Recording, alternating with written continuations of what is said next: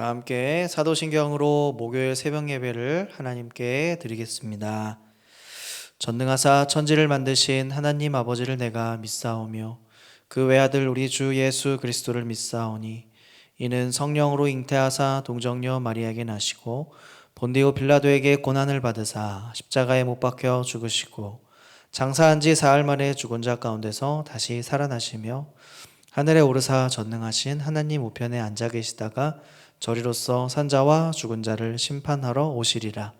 성령을 믿사오며 거룩한 공회와 성도가 서로 교통하는 것과 죄를 사하여 주시는 것과 몸이 다시 사는 것과 영원히 사는 것을 믿사옵나이다. 아멘. 다 함께 찬송가 242장 황무지가 장미꽃같이 함께 찬양하겠습니다. 황무지가 장미꽃같이 피는 것을 볼 때에 구속함에 노래 부르며 거룩한 길 다니리. 거기 거룩한 그 길에 검은 구름 없으니 낮과 같이 맑고 밝은 거룩한 길 다니리. 마른 땅에 샘물 터지고 사막에 물을 흐를 때 기쁨으로 찬송 부르며 거룩한 길 다니리. 거기 거룩한 그 길에 검은 구름 없으니 낮과 같이 맑고 밝은 거룩한 길 다니리. 거기 악한 짐승 없으니 두려울 것 없게 했네. 평안함과 즐거움으로 거룩한 길 다니리. 거기 거룩한 그 길에 검은 구름 없으니 낮과 같이 맑고 밝은 거룩한 길 다니리. 거기 죄인 전혀 없으니 거룩한 자뿐이라. 주님 주신 면류관 쓰고 거룩한 길 다니리. 거기 거룩한 그 길에 검은 구름 없으니 낮과 같이 맑고 밝은 거룩한 길 다니리. 아멘. 오늘 하나님이 우리에게 주시는 말씀 출애굽기 22장 1절에서 15절 말씀입니다. 22장 중에서 1절부터 15절까지의 말씀을 함께 읽고 말씀을 나누겠습니다. 사람이 소나 양을 도둑질하여 잡거나 팔면 그는 소 한 마리에 소 5마리로 갚고 양 한 마리에 양 4마리로 갚을지니라. 도둑이 뚫고 들어오는 것을 보고 그를 쳐 죽이면 피 흘린 죄가 없으나 해 돋은 후에는 피 흘린 죄가 있으리라. 도둑은 반드시 배상할 것이나 배상할 것이 없으면 그 몸을 팔아 그 도둑질한 것을 배상할 것이요. 도둑질한 것이 살아 그의 손에 있으면 소나 나귀나 양을 막론하고 갑절을 배상할지니라. 사람이 밭에서나 포도원에서 짐승을 먹이다가 자기의 짐승을 놓아 남의 밭에서 먹게 하면 자기 밭의 가장 좋은 것과 자기 포도원의 가장 좋은 것으로 배상할지니라. 불이 나서 가시나무에 댕겨 낯가리거나 거두지 못한 곡식이나 밭을 태우면 불 놓은 자가 반드시 배상할지니라. 사람이 돈이나 물품을 이웃에게 맡겨 지키게 하였다가 그 이웃 집에서 도둑을 맞았는데 그 도둑이 잡히면 갑절을 배상할 것이요 도둑이 잡히지 아니하면 그 집 주인이 재판장 앞에 가서 자기가 그 이웃의 물품에 손댄 여부의 조사를 받을 것이며 어떤 잃은 물건 즉 소나 낙이나 양이나 의복이나 또는 다른 잃은 물건에 대하여 어떤 사람이 이르기를 이것이 그것이라 하면 양편이 재판장 앞에 나아갈 것이요 재판장이 죄 있다고 하는 자가 그 상대편에게 갑절을 배상할지니라.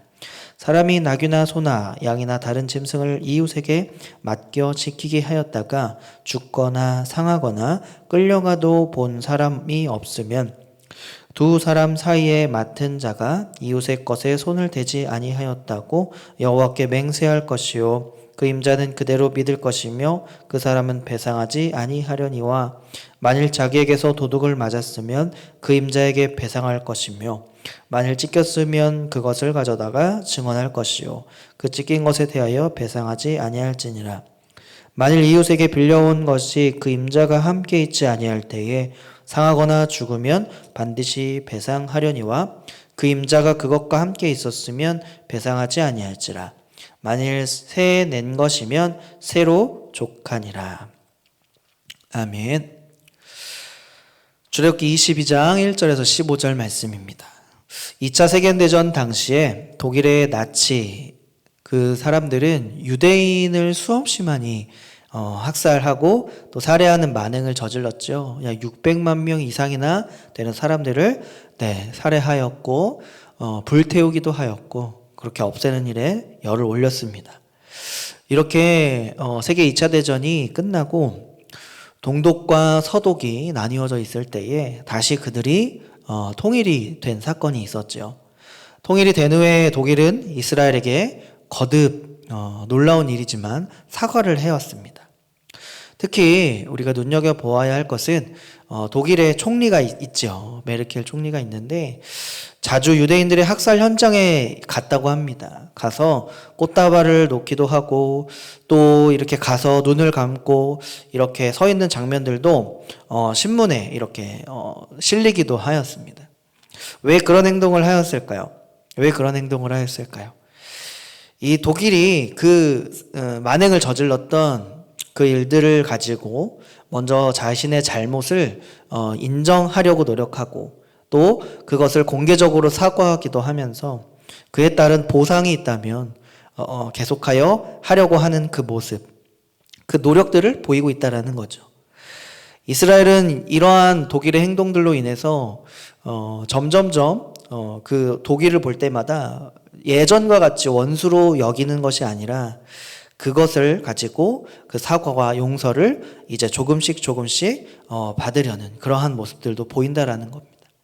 이처럼 하나님께서는 지금은 제가 말씀드린 그 전쟁과 나라 간의 그 분쟁 가운데 그 모든 것들을 보면서 하나님께서는 이웃 간의 어떤 분쟁이나 다툼에 관련된 문제들이나 그 모든 문제들 속에서 하나님은 해결되기를 바라고 원하신다라는 마음을 오늘 이 말씀을 통하여 느끼지 않을 수가 없습니다.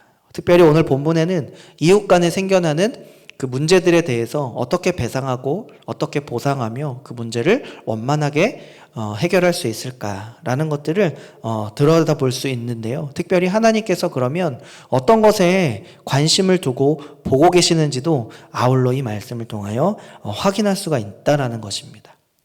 하나님은 이 도둑질에 관련된 문제들 그리고 이웃의 것을 상하게 하는 그 문제들에 관해서 하나님께서는 십계명에서도 말씀하여 주셨던 적이 있죠. 도적질하지 말라라고 이미 하나님 말씀을 주셨었습니다. 오늘 본문에서도 보니까 그 말씀을 이어가고 계시는데요. 출애굽기 22장 2절을 보니까 도둑이 뚫고 들어오는 것을 보고 그를 쳐 죽이면 피 흘린 죄가 없으나 하나님께서 이 2절을 통하여 말씀하시는 것은 무엇입니까? 이 밤중에 도둑이 침입한 경우를 말하고 있죠. 이웃의 것을 도둑질하는 그런 경우를 지금 도둑이 침입한 경우로 말씀하고 계십니다. 그런데 무엇입니까? 밤에는 제대로 보이는 것이 없어서 자기를 방어하기 위하여 이렇게 행동을 하겠죠. 그래서 도둑을 실수로 죽음으로 몰고 가도 책임을 피할 수 있다라는 사실이에요. 도둑이 탐심을 가지고 지금 계획적으로 범죄를 저지르려고 하는 상황입니다. 그럴 경우에 탐심으로 인해서 이 도둑도 결국에 생명을 잃게 될 수밖에 없다라는 거예요. 그래서 이러한 사건이 벌어졌을 때 집주인에게는 책임을 묻지 않겠다라는 뜻이기도 합니다. 이 의도적인 도둑질, 그죠? 도둑질 하려고 한다는 것은 우발적인 것이 아니라 대체로 의도적인 것을 가지고 있죠. 그 자체가 하나님께서 주신 것에 대한 먼저 만족함이 없고, 그리고 감사하지 못하는 그 마음, 탐욕으로부터 시작된 그 마음을 주님께서 오늘 지적하시는 것입니다. 탐욕의 결과는 무엇입니까? 죽음에 이를 수 있다는 사실을 오늘 이 말씀을 통하여 경고하시고 계시는 것이죠. 하나님께서 나에게 주신 것, 우리에게 허락하신 것에 먼저 감사하지 않고 만족하지 못하는 그 상황들, 그리고 여전히 내가 다른 이웃에 대한 것들을, 더 좋은 것들에 대한 것들을 보면서 가지고 싶고 탐내고 부러워만 하고 있는 것들, 그런 것들이 혹시 우리 가운데 있진 않습니까? 하나님이 주신 것에 먼저 우리가 만족하고 감사할 줄 아는 삶이 다 되시기를 축복합니다. 이 감사라는 건 내가 감사할 때 거기서 그치는 것이 아니라 감사는 감사를 낳게 됩니다. 나부터 감사하는 생활을 하게 되면 우리 가정이 감사하게 된다라는 거예요. 감사의 열매를 모두 다 맺어가시는 우리가 되기를 축복합니다. 7절부터 15절까지의 말씀을 보면 다른 사람의 물건이나 이 가축을 맡았다가 잃어버리는 그러한 일들과 특별히 또 남의 재산에 손해를 끼쳤을 상황에 대한 책임에 대한 부분들을 주님께서 말씀하고 계시는데요. 14절을 함께 읽어보겠습니다.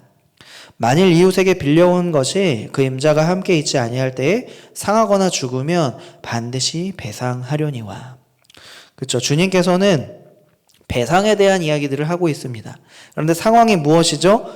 만약에 이웃에게서 내가 무언가를 빌려왔을 때 그 임자가 함께 있지 아니할 때에 상하거나 죽으면 이라는 것을 상황 가운데 놓게 됩니다. 우리가 불가항력의 상황이 아닌 이상 빌려왔거나 무언가를 대신 맡아주게 되었을 때 손해가 났을 때 그것을 주님은 오늘 배상해 주어야 한다라고 말씀하십니다. 왜 그럴까요? 왜 그럴까요? 그만큼 책임감을 가지고 우리가 그것을 빌리거나 또 책임감을 가지고 그것을 맡아주라라는 거죠. 그래서 이것을 통하여 남의 것이 얼마나 소중한 것인가도 주님은 깨닫게 하십니다. 그래서 함부로 여기지 않고 이 남의 것도 귀하게 여길 줄 알아야 합니다. 라는 그 마음을 오늘 우리 가운데 품고 또 주님이 말씀하신 그 마음을 우리가 소원하고 또 그렇게 살아가기를 축복합니다. 그래서 이 마음이 바로 우리에게 주시는 하나님의 책임질 수 있는 그 마음, 남의 것도 사랑하고 귀히 여길 줄 아는 그 마음, 우리 가운데 있기를 축복합니다. 이런 것을 볼 때에 하나님은 배상에 대한 것들을 강조하시는 것처럼 보이지만 결국엔 이웃에 대한 것들을 귀하게 여겨야 한다라는 거죠. 하나님의 관심은 재물 자체에 있지 않고 이웃과의 관계 속에서 계속하여 초점을 두고 마음을 두고 계신다라는 것을 알 수 있습니다. 오늘 우리의 관심은 어디에 있어야 할까요? 믿는 우리 석수교회 성도님들 뿐만 아니라 믿지 않는 자들도 분명히 우리 주위에는 있습니다.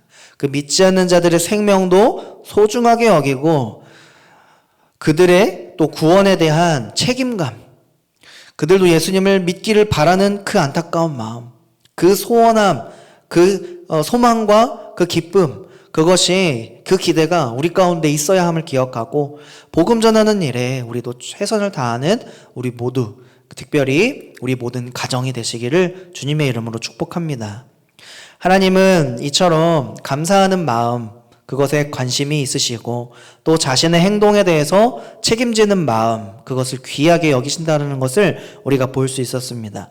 비록 이 모든 말씀들을 우리가 100% 완벽하게 다 지킬 수는 없지만 그러나 우리의 힘으로 이렇게 온전히 이룰 수 없고 변할 수도 없지만 예수 그리스도의 이 복음이 우리 가운데, 이 말씀이 우리 마음 가운데 계속하여 머물고 가득할 때 우리의 삶이 조금씩 변화될 수 있음을 믿습니다.